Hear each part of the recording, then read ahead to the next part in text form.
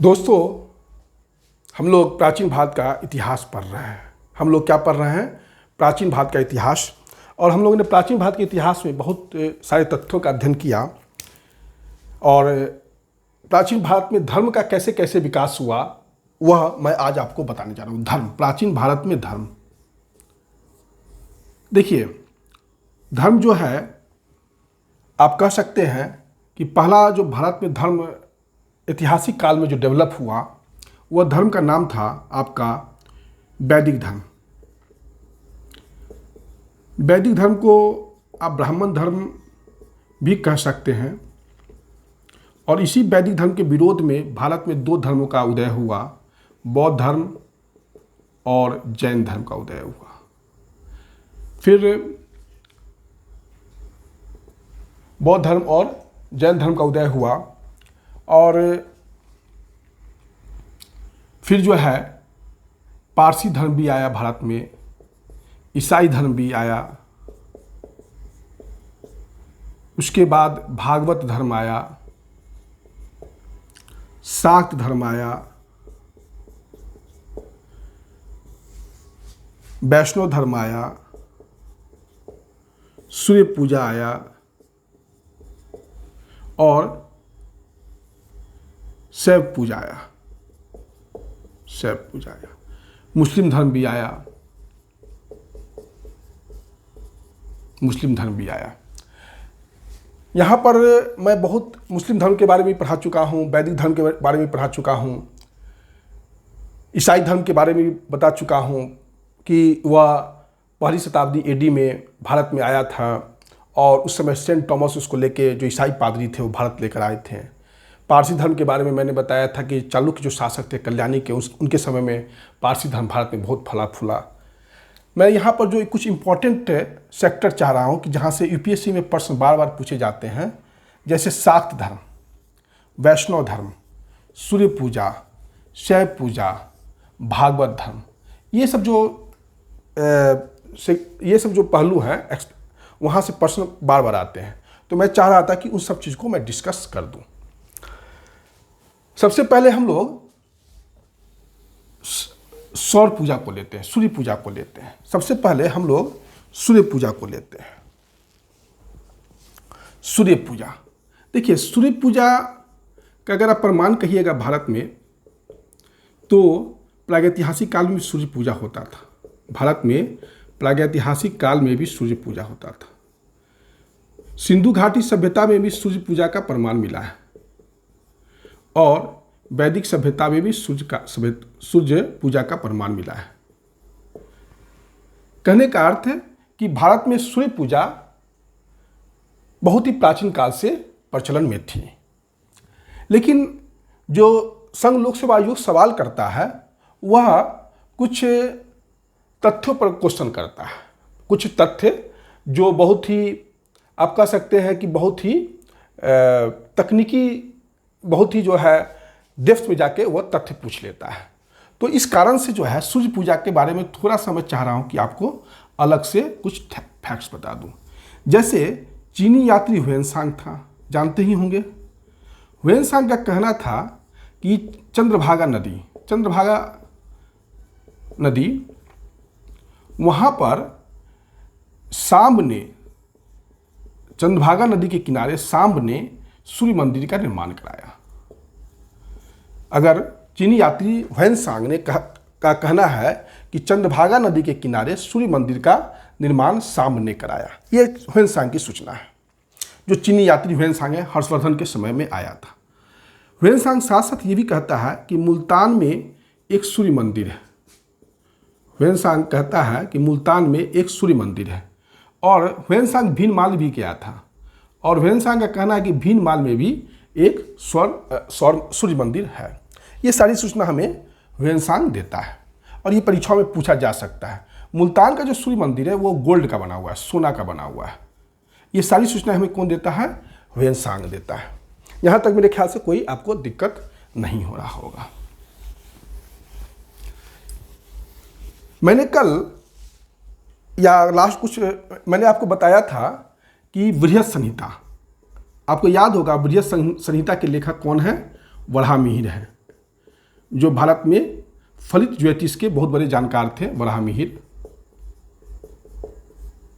वराहमिहिर यूनानियों के बहुत ही कृतज्ञ हैं, कहते हैं कि उन्होंने मुझे ज्योतिष ज्ञान दिया। तो बृहत संहिता उन्हीं का लिखा हुआ है। और बृहत संहिता में और साथ साथ जो अरबी यात्री था अल बरूनी, जो महमूद गजनी के साथ भारत आया था 11वीं सदी में, वह भी जो है सूर्य पूजा के बारे में हमें बताता है। बृहत संहिता और अल बरूनी से के अकाउंट से हमें कुछ चीज़ें का पता चलता है कि भारत में, उत्तर भारत में, विशेषकर उत्तर भारत में जो सूर्य पूजा का प्रचलन हुआ, या सूर्य की मंदिर बनी, या सूर्य का प्रतिमा बना, मूर्ति बना, ये सब का जो क्रेडिट है वह मग को जाएगा। मग ने ही उत्तर भारत में सूर्य पूजा, सूर्य मंदिर या सूर्य की प्रतिमा को स्थापित किया। यह सूचना हमें अल बरूनी भी देता है, जो 11वीं सदी का लेखक है, महमूद गजनी के साथ आया था भारत, और बृहत संहिता से भी मिलता है।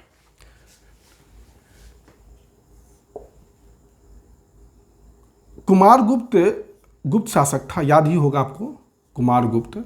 उसका मंदसौर अभिलेख है और इंदौर अभिलेख है। इस दोनों अभिलेख से हमें सूर्य पूजा का वर्णन मिलता है। नेक्स्ट, हुन शासक याद होगा मिहिरकुल। हुन शासक का नाम याद होगा मिहिरकुल, और मिहिरकुल का एक ग्वालियर अभिलेख है। मिहिरकुल का एक ग्वालियर अभिलेख है। उससे हमें यह सूचना मिलता है कि मातृ चेट ने एक सूर्य मंदिर का निर्माण किया था। मातृ चेट ने एक सूर्य मंदिर का निर्माण किया था। ये सारी सूचना हमें हुन शासक मिहिरकुल के ग्वालियर अभिलेख से मिलता है, और कुमारगुप्त के जो मंदसौर अभिलेख और इंदौर अभिलेख है उससे भी सूर्य पूजा का हमें वर्णन मिलता है।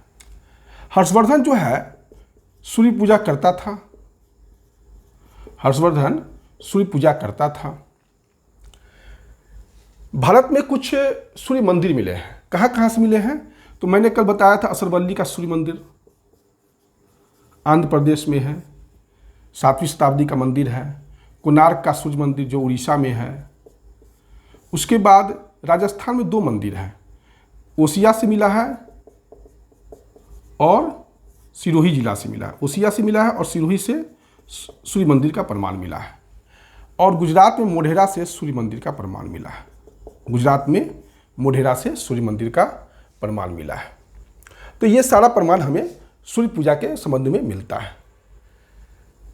अगर बृहत संहिता अल बरूनी के अनुसार लगेगा कहा जाएगा तो सूर्य पूजा भारत में मग लोगों ने ही शुरू किया था, और मग लोगों ने ही सूर्य का मूर्ति बनाया और उसको मंदिरों में स्थापित किया। ये वराहमिहिर और अल बरूनी का कहना है। इसी के साथ ये सूर्य पूजा जो है आपका चैप्टर समाप्त हो गया। छोटे छोटे 6 सब पाठ है, लेकिन परीक्षाओं में पूछ लिया जाता है। उसके बाद है आपका वैष्णव धर्म। वैष्णव धर्म, देखिए वैष्णव धर्म का जो सबसे प्राचीन प्रमाण मिला है वह हमें उपनिषद से मिला है। वो हमें कहाँ से मिला है? उपनिषद से मिला है वैष्णव धर्म का। सबसे जो पाणिनि की अष्टाध्यायी में वासुदेव का उल्लेख है। पाणिनि की अष्टाध्यायी में जो सबसे प्राचीन प्रमाण है 500 BC का है पाणिनि की अष्टाध्यायी, उसमें वासुदेव का उल्लेख मिला है। उसके बाद हमारे यहाँ एक प्रमाण मिला है जो मेगास्थनीज दे दिया है। मेगास्थनीज एक यूनानी लेखक है जो चंद्रगुप्त मौर्य के दरबार में आया था, पाटलिपुत्र दरबार में।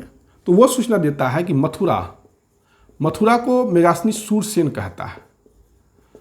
मेगास्थनीज सूरसेन कहता है मथुरा को, और कहता है कि यहाँ हेराक्लीज की पूजा होती थी। हेराक्लीज की पूजा होती थी। हेराक्लीज कहता है कृष्ण, और कृष्ण कौन है? तो विष्णु के अवतार है। विष्णु के अवतार है। यही विष्णु के अवतार जो है बाद में इनका संबंध नारायण से जुड़ गया। इनका संबंध नारायण से जुड़ गया, और फिर जब नारायण से इनका संबंध जुड़ गया तो इसके अनुयायी को पांचरात्रिक कहा गया। पांचरात्रिक कहा गया, और इसमें 5 देवताओं का जो है महत्व प्रदान किया गया। उसको 5 विहू देवता कहा गया। तो कौन कौन थे? तो वासुदेव थे, संकर्षण थे, लक्ष्मी थे, अनिरुद्ध थे और प्रद्युम्न थे। पंचात्र में कौन कितने देवता है? 5 देवता है, वासुदेव, संकर्षण, लक्ष्मी, अनिरुद्ध और प्रद्युम्न। यह है वैष्णव धर्म के संबंध में सूचना।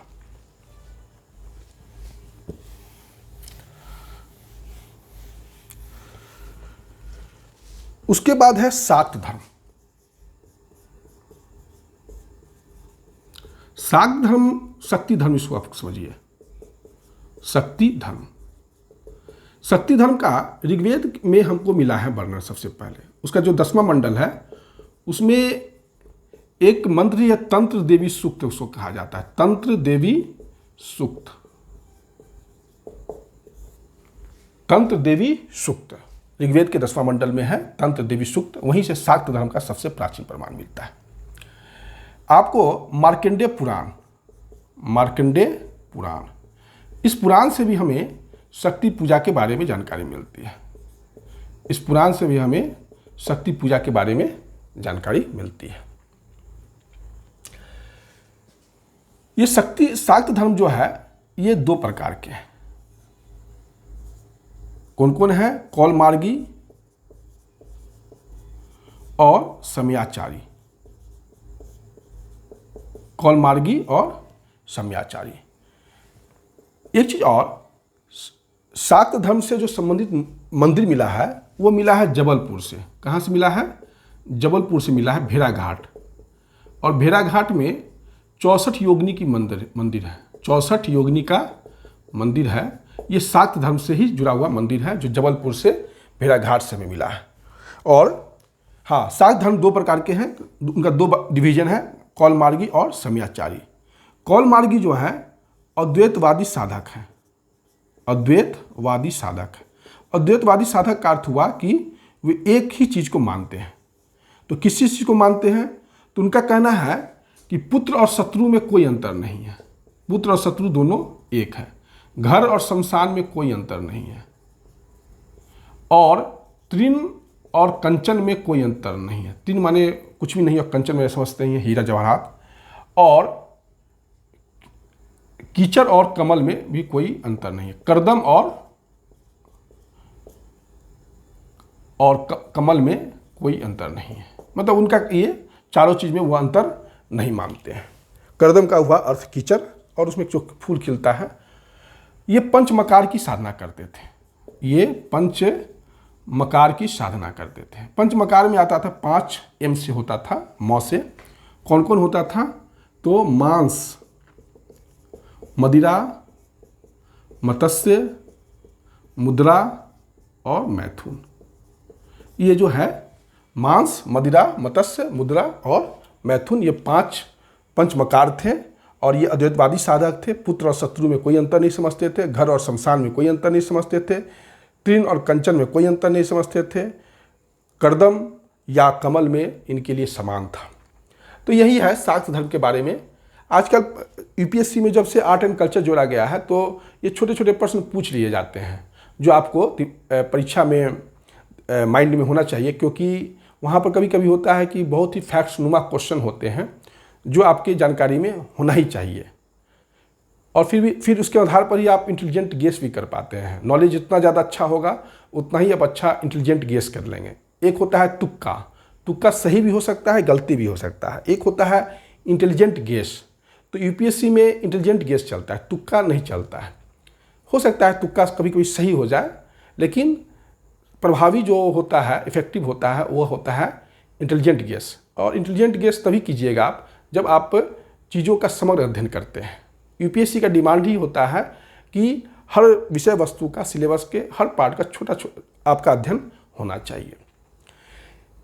अब जो है कुछ 2 पार्ट बचा हुआ है इसका, जो मैं आपको नेक्स्ट वीडियो में बताऊंगा। एक है आपका भागवत धर्म के बारे में और एक है शैव धर्म के बारे में। उसके बाद आपका प्राचीन भारत का इतिहास 1200 AD तक समाप्त हो जाएगा। मतलब प्राचीन भारत का इतिहास और पूर्व मध्यकालीन भारत का इतिहास कल 1200 AD तक समाप्त हो जाएगा। धर्म का जो 2 पार्ट है, भागवत धर्म और शैव धर्म के बारे में मैं आपको बता दूंगा। एक चीज़ और, आप लोग जब लूडो खेलते होंगे तो लूडो जो में सांप और सीढ़ी का खेल है, वो सांप और सीढ़ी का खेल का कौन दिया था, किसने शुरू किया था? सांप और सीढ़ी का खेल ज्ञानदेव का दिया हुआ था। याद कर लीजिएगा, परीक्षा में पूछा जा सकता है कि सांप और सीढ़ी का खेल ज्ञानदेव का दिया हुआ है। आप लोग मन लगा के पढ़िए। हम लोगों को 1200 AD तक का इतिहास कल समाप्त हो जाएगा। उसके बाद हम लोग दिल्ली सल्तनत शुरू करेंगे। आप लोग मन लगा के पढ़िए। ये वीडियो, अगर आप इस वीडियो को पूरा पढ़ लेते हैं, ध्यान से सुन लेते हैं और इसको लिख लेते हैं, या जो भी आप जैसे भी पढ़ते हैं, मुझे पूर्ण विश्वास है कि आपका कोई भी क्वेश्चन एंशिएंट इंडिया से नहीं छूटेगा, 1200 AD तक से नहीं छूटेगा।